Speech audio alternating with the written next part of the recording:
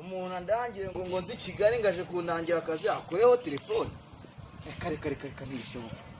ntabwo bishoboka ni guhamagara nimero ikaba kompoze ngo ni kompoze mwumva umugore arambwiye ngo ni kompoze kare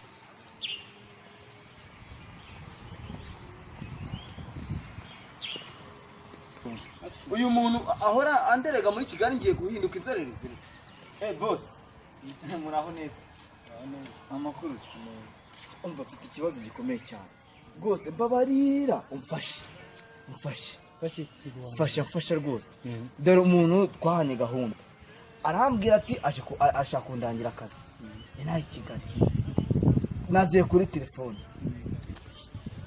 nibwo nageraga ngo nimba ngo hari ahantu ngo bita Kimironko ngo muri gare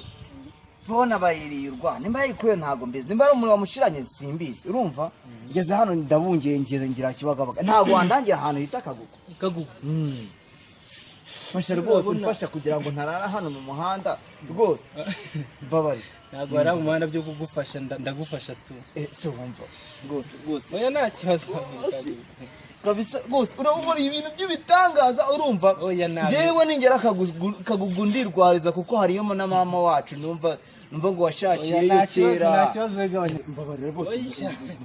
wegabanya amagambo ndakwandika urabona ngeze ari kibagabaga do ugiye kugira ikagugu urakomeza n'umuhanda gutya uyu gutya uyu nguyu aha ngandi kubona ngandi kubona hari haciri ya modoka uyu nguyu uragenda utukata imbere gutya nungeragiye urahita umanuka numara kumanuka ugezemo nose nimanuka nahita nkata nongere nzamuke cyangwa tuza uramanuka nujya kuri umuhanda utambikamo gutya numara kubona uhita usa nk'ugarutse ibumoso nugera haruguru uhita utambikiramo hirya usa nk'ukomeza gato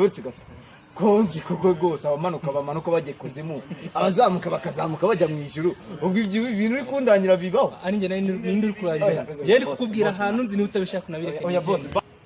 wowe tuza nkurangire sibyo urakomeza ndimo ndakubwira umanutse hepfo manuke hepfo uhita utambika utambika uhita ukata ibumoso numara ukata ibumoso uhita ukomeza imbere gatoya noneho uko nugeramo igiye gucanga nk'uko byanshanze ariko mana we Yesu Kristo we ngo bicara nkuko nawe byamucatse umuntu wambaye kuri yawo mu boss ambwira ngo bincange kumanuka umuntu amanuka gikuzimu ari kuzamuka umuntu azamuka gikuzimu rero bose ndi Kigali birananiye birandanze kanigendere rwose ntabwo nabivamo